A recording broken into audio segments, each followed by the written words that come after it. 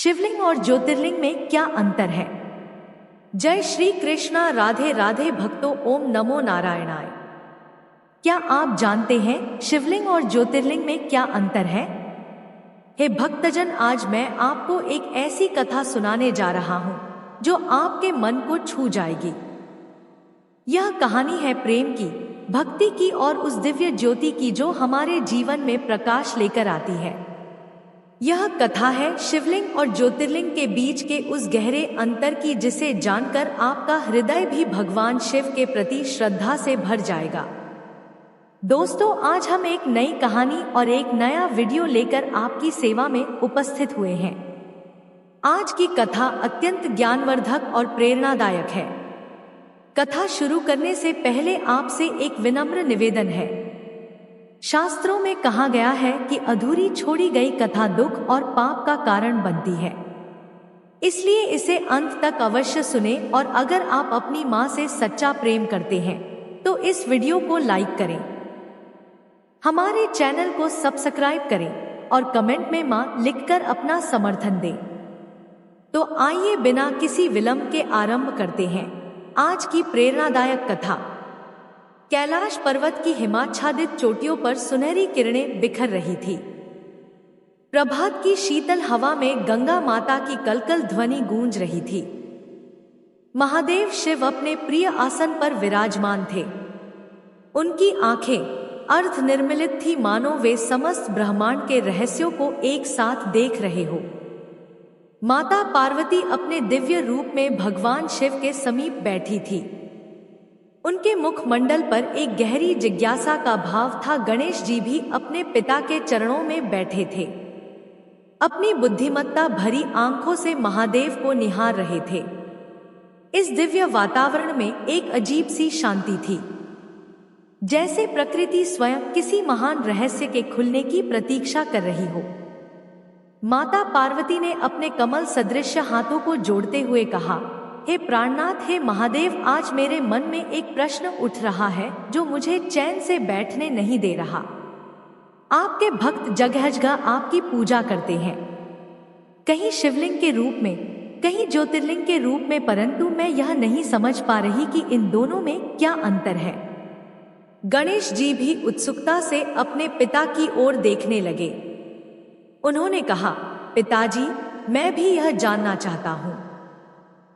जब भक्तगण मेरे पास आते हैं तो वे अक्सर यह प्रश्न पूछते हैं, मैं उन्हें क्या उत्तर दूं। भगवान शिव की आंखों में एक रहस्यमय मुस्कान आई। वे धीरे धीरे अपनी आंखें खोलकर बोले, हे शिवे, हे विनायक, तुम दोनों का प्रश्न अत्यंत गहरा है। यह केवल एक साधारण प्रश्न नहीं है, बल्कि इसमें संपूर्ण सृष्टि का रहस्य छिपा हुआ है। महादेव ने अपनी गहरी आवाज में कहना शुरू किया, सुनो, जब यह संसार नहीं था, जब समय का कोई आरंभ नहीं था, जब केवल अंधकार ही अंधकार था, तब मैं अकेला था। ना कोई आकार था, ना कोई रूप था, केवल चेतना का अनंत सागर था। उनकी आवाज में एक गहरी पीड़ा झलक रही थी, जैसे वे उस अकेलेपन को याद कर रहे हो। उस समय मैं निराकार था, निर्गुण था, मेरा कोई रूप नहीं था, कोई आकार नहीं था, मैं केवल ऊर्जा का अनंत स्रोत था। माता पार्वती और गणेश जी मंत्रमुग्ध होकर सुन रहे थे। भगवान शिव की आवाज में जो भाव था वह उनके हृदय को स्पर्श कर रहा था। फिर एक दिन महादेव ने आगे कहा, मैंने अनुभव किया कि इस अनंत शून्यता में कुछ और होना चाहिए।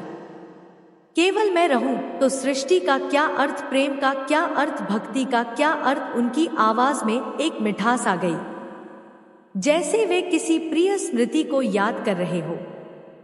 तब मैंने संकल्प लिया कि मैं अपने आप को अनेक रूपों में प्रकट करूंगा। यही संकल्प सृष्टि का आधार बना। जब मैंने पहली बार अपने आप को मूर्त रूप देने का निश्चय किया, भगवान शिव की आवाज में गर्व का भाव आया, तो मैंने सोचा कि मेरा यह रूप ऐसा होना चाहिए जो सरल हो, सहज हो और हर व्यक्ति इसे समझ सके। उन्होंने अपना हाथ आकाश की ओर उठाया, मानो वे कुछ दिखा रहे हो। तब मैंने अपनी ऊर्जा को एक स्तंभ के रूप में प्रकट किया। यह स्तंभ ना तो बहुत जटिल था, नहीं बहुत सरल। यह मेरी शक्ति का प्रतीक था, मेरी सृजनात्मकता का प्रतीक था।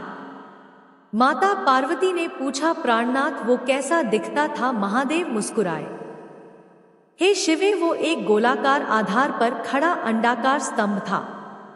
इसका आधार योनि का प्रतीक था, सृजन की शक्ति का, और ऊपरी भाग लिंग का प्रतीक था, सृजनकर्ता की ऊर्जा का। गणेश जी की आंखों में समझ की चमक आई। तो पिताजी, शिवलिंग आपके सृजनात्मक रूप का प्रतीक है। बिल्कुल सही कहा पुत्र, भगवान शिव ने प्रेम से कहा, शिवलिंग मेरा वह रूप है जो सृष्टि की रचना करता है, पालन करता है, और जब समय आता है तो संहार भी करता है। यह मेरी त्रिगुणात्मक शक्ति का प्रतीक है। भगवान शिव की आवाज में अब गहरी भावना आने लगी। जब मैंने पहली बार शिवलिंग के रूप में अपने आप को प्रकट किया तो देवता, ऋषि मुनि और समस्त जीव इसकी ओर आकर्षित हुए। वे समझ गए कि यह कोई साधारण पत्थर नहीं है, बल्कि साक्षात परमात्मा का रूप है। उनकी आवाज में गर्व था, लेकिन साथ ही विनम्रता भी। शिवलिंग की सबसे बड़ी विशेषता यह है कि इसमें कोई जटिलता नहीं है। एक छोटा बच्चा भी इसे समझ सकता है और एक महान संत भी इसमें गहरे रहस्य पा सकता है। माता पार्वती ने पूछा, तो क्या हर शिवलिंग में आपकी उपस्थिति है? महादेव की आंखों में करुणा का भाव आया है। माते, यह बात सुनो और गांठ बांध कर रखो।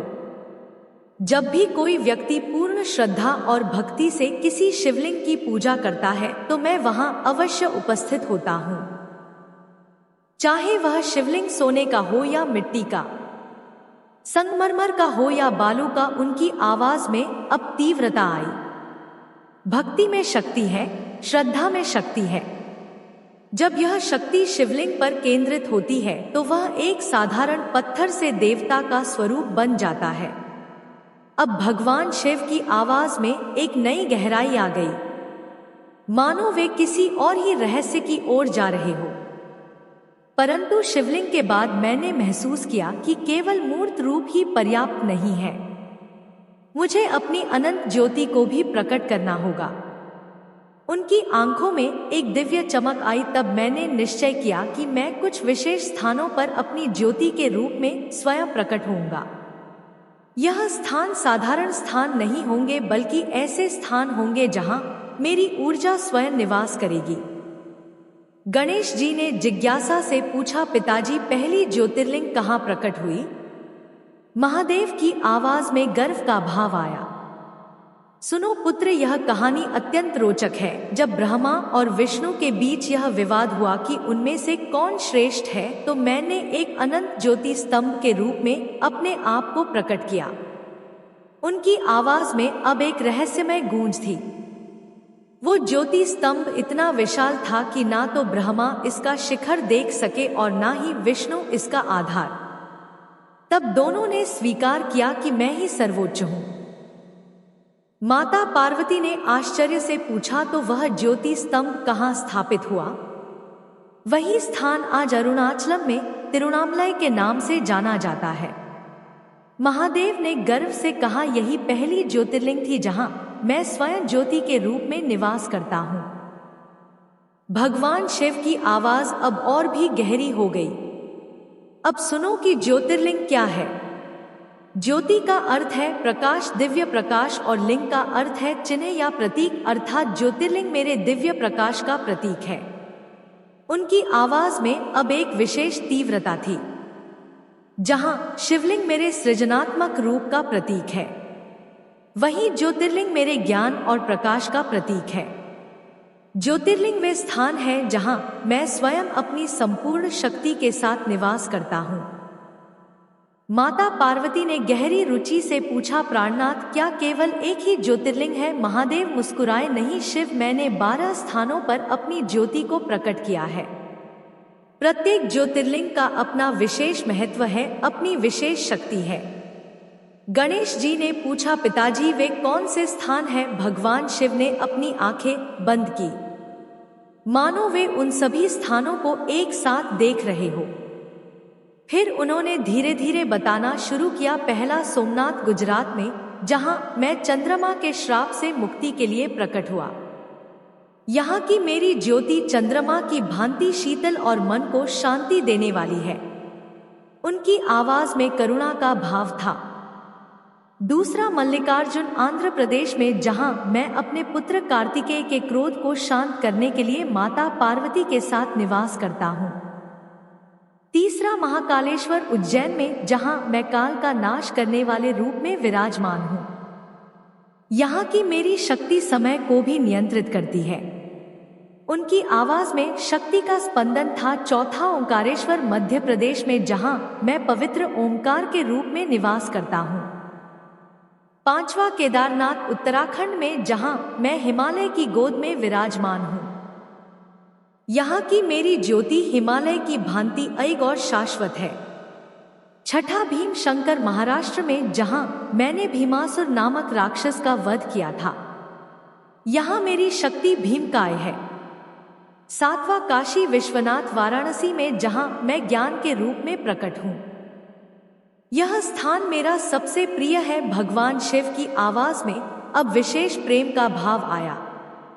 आठवां, त्र्यंबकेश्वर महाराष्ट्र में, जहां से गंगा माता का उद्गम हुआ है। नौवां, वैद्यनाथ झारखंड में, जहां मैं वैद्यराज के रूप में रोगों का नाश करता हूं। दवा, नागेश्वर गुजरात में, जहां मैंने नागासुर का वध किया था। 11वां, रामेश्वर तमिलनाडु में, जहां भगवान राम ने मेरी पूजा की थी। और 12वां, घुश्मेश्वर महाराष्ट्र में, जो अंतिम ज्योतिर्लिंग है। अब भगवान शिव ने अपनी आवाज को और भी गंभीर बनाया। अब मैं तुम्हें वह रहस्य बताता हूं जो सबसे महत्वपूर्ण है। शिवलिंग और ज्योतिर्लिंग में क्या अंतर है? उनकी आंखों में गहरी समझ की चमक थी। शिवलिंग मनुष्य द्वारा स्थापित किया जा सकता है। कोई भी व्यक्ति श्रद्धा और भक्ति से शिवलिंग की स्थापना कर सकता है। यह मेरे सगुण रूप का प्रतीक है। परंतु ज्योतिर्लिंग स्वयंभू है। उनकी आवाज में अब दृढ़ता थी। इसे कोई मनुष्य स्थापित नहीं कर सकता। यह मेरी इच्छा से, मेरी शक्ति से स्वयं प्रकट होता है। माता पार्वती ने आश्चर्य से पूछा, तो क्या ज्योतिर्लिंग में आपकी उपस्थिति अधिक है? महादेव ने मुस्कुराते हुए कहा, नहीं शिवे, यह गलत सोच है। मैं दोनों में समान रूप से उपस्थित हूँ। अंतर केवल इतना है कि शिवलिंग में मेरी उपस्थिति भक्त की श्रद्धा पर निर्भर करती है, जबकि ज्योतिर्लिंग में मेरी उपस्थिति निरंतर और स्वतः है। भगवान शिव की आवाज में अब अपार करुणा आ गई। सुनो, यह बात भी जान लो कि भक्ति की शक्ति असीमित है। यदि कोई व्यक्ति पूर्ण श्रद्धा से किसी साधारण पत्थर को भी शिवलिंग मानकर पूजा करे, तो वह पत्थर भी ज्योतिर्लिंग के समान शक्तिशाली हो जाता है। उनकी आवाज में गर्व था। मैंने अनेक भक्तों को देखा है जिन्होंने अपनी भक्ति से साधारण शिवलिंग को ज्योतिर्लिंग के समान बना दिया है। रावण ने अटकी हुई अवस्था में बालू से शिवलिंग बनाया था और वह आज भी रामेश्वर में पूजित है।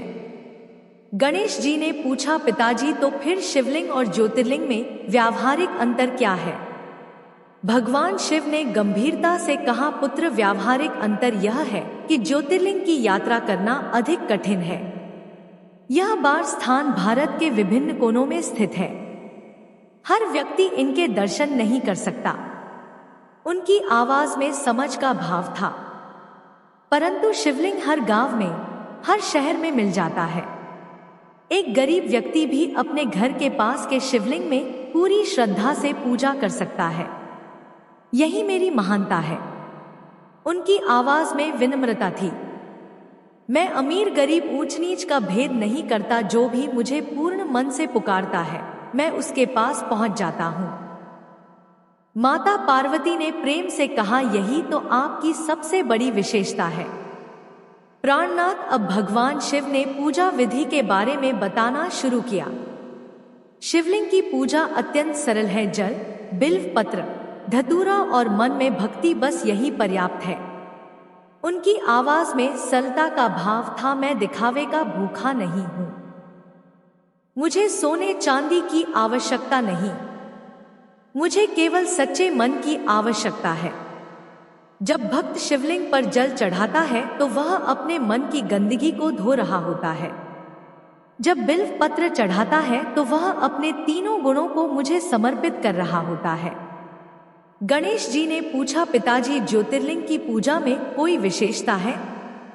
महादेव ने समझाया, ज्योतिर्लिंग की पूजा में विशेष मंत्रों का प्रयोग होता है। प्रत्येक ज्योतिर्लिंग का अपना विशेष मंत्र है, अपना विशेष स्तोत्र है। परंतु सबसे महत्वपूर्ण बात यह है कि ज्योतिर्लिंग के दर्शन मात्र से ही पुण्य की प्राप्ति होती है। यहाँ पर मेरी उपस्थिति इतनी प्रबल है कि दर्शन करने वाले को तुरंत अनुभव हो जाता है। उनकी आवाज में गंभीरता थी। परंतु यह भी सच है कि ज्योतिर्लिंग के दर्शन करने से व्यक्ति की जिम्मेदारी बढ़ जाती है। उसे अपने आचरण को और भी पवित्र बनाना पड़ता है। अब भगवान शिव ने शिवलिंग स्थापना के बारे में बताना शुरू किया। यदि कोई व्यक्ति अपने घर में शिवलिंग स्थापित करना चाहता है तो उसके लिए कुछ नियम है। उनकी आवाज में गंभीरता थी। पहले मन को शुद्ध करना होगा, फिर एक उपयुक्त स्थान का चयन करना होगा। शिवलिंग को स्थापित करने के बाद नियमित पूजा करनी होगी। परंतु सबसे महत्वपूर्ण बात यह है कि एक बार शिवलिंग स्थापित कर देने के बाद उसकी उपेक्षा नहीं करनी चाहिए। उनकी आवाज में चेतावनी थी। गणेश जी ने पूछा, यदि कोई व्यक्ति बाद में पूजा नहीं कर सकता तो क्या करें? तो उसे शिवलिंग को किसी मंदिर में स्थापित करा देना चाहिए।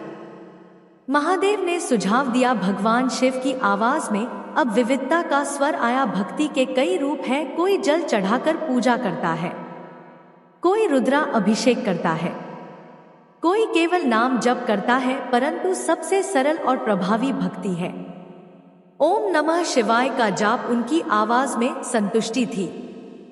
यह पंचाक्षर मंत्र मेरा सबसे प्रिय मंत्र है। जो व्यक्ति इसका नियमित जाप करता है वह मुझ तक पहुंच जाता है।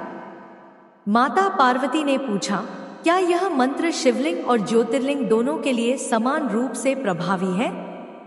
हाँ शिव, यह मंत्र सर्वत्र समान रूप से प्रभावी है। महादेव ने पुष्टि की। कलयुग के अंत में जब पाप अपनी चरम सीमा पर पहुंच जाएगा तब मैं कल की अवतार के रूप में प्रकट होऊंगा।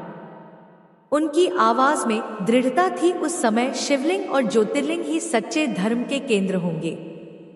जो लोग इनकी शरण में होंगे वे सुरक्षित रहेंगे।